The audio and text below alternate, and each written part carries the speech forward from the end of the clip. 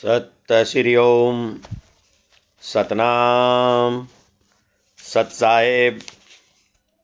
हे सत्संग प्रेमियों, आज हम आपके सामने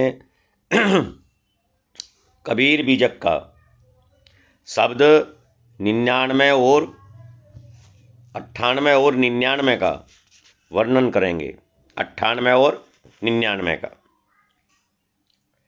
कबीर साहिब ने इसमें मनुष्य की अंत दशा का वर्णन किया है कि पूरे जीवन अपनी इच्छाओं और वासनाओं में जीवन को व्यतीत कर दिया और अंत समय में सब कुछ छोड़ करके तुम अपने आगे की यात्रा पर जा रहे हो।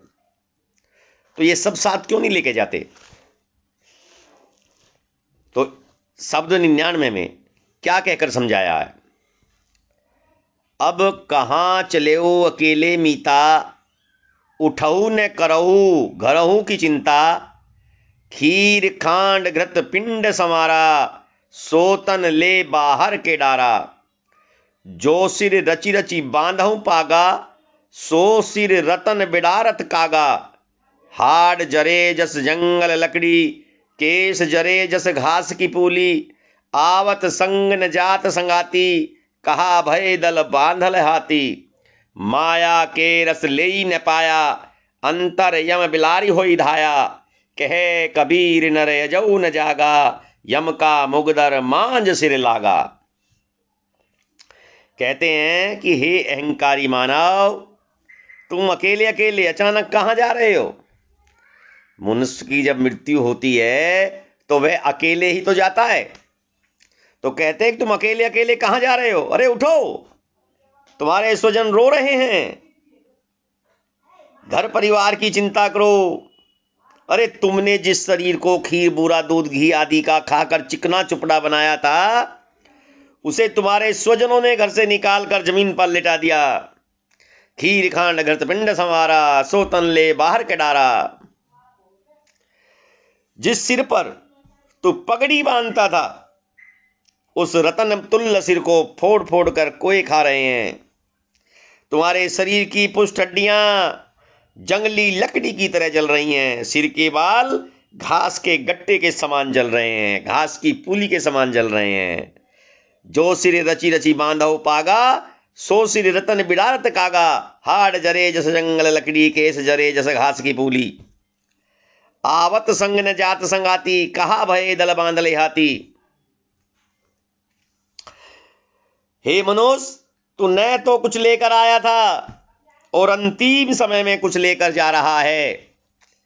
तेरे इन हाथी घोड़े फौज आदि का क्या होगा? किस लिए बांधे थे? किस लिए इकट्ठा किया था ये सब धन दौलत? माया का रस मनुष्य इच्छानुसार नहीं ले पाता। इच्छाएं भोगों से पूरी नहीं होती हैं। भोग तो जितना करेंगे उतनी ही इच्छाएं त्वरित और ज्वलित हो जाती हैं। मनुष्य रूपी चूहे पर बिल्ली रूपी मौत झपटती रहती है। सद्गुरु कहते हैं कि मौत का तांडव देखकर भी मनुष्य संभल नहीं पाता, तथा समय आने पर यमराज का मुग्दर उसके सिर पर लग जाता है। अर्थात वह पछताता ही रहता है। जब यम के दूत लेने के लिए आते हैं तो वह पछताता रहता है कि ये क्या हुआ, मैंने पूरा जीवन इसी में गंवा दिया और सब कुछ छोड़ करके जा रहा हूं। कबीर साहिब कहते हैं कि कहे कबीर नर अजऊ न जागा, यम का मुगदर मांझ सिर लागा। अब पछताने से कोई लाभ नहीं है।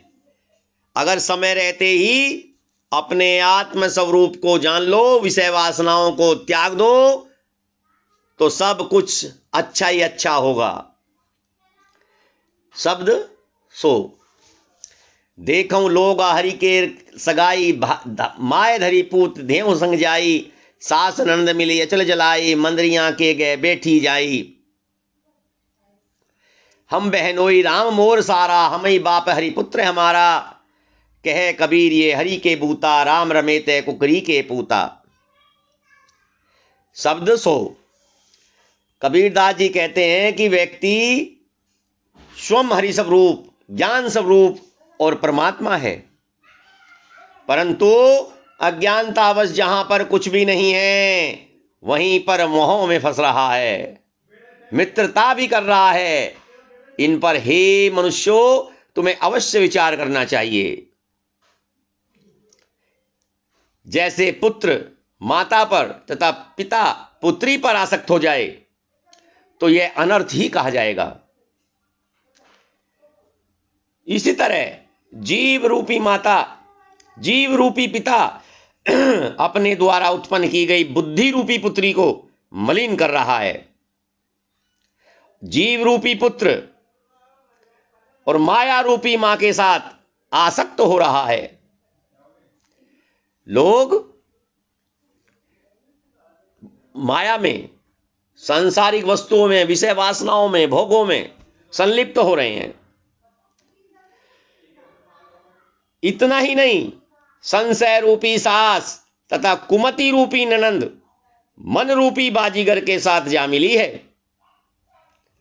स्वरूपतः चेतन जीव तो निश्चल है, लेकिन उसको भी चंचल बना दिया है। उसको भी चंचल बना दिया है। कल्पना है कि श्रृंगी ऋषि कह रहे हैं कि श्री राम की बहन शांता के साथ उनका ब्याह होने के कारण वे राम के बहनोई हुए और श्री राम मेरे साले हुए। हम बहनोई राम मोर सारा, हमें बाप हरिपुत्र हमारा। और जिस यज्ञ के आशीर्वाद से श्री राम का जन्म हुआ, वह यज्ञ भी मैंने ही करवाया था, इसलिए मैं श्री राम का पिता हुआ और श्री राम मेरे पुत्र हुए। कबीर साहिब कहते हैं कि यह समस्त ज्ञान विज्ञान चेतन की ही शक्ति है।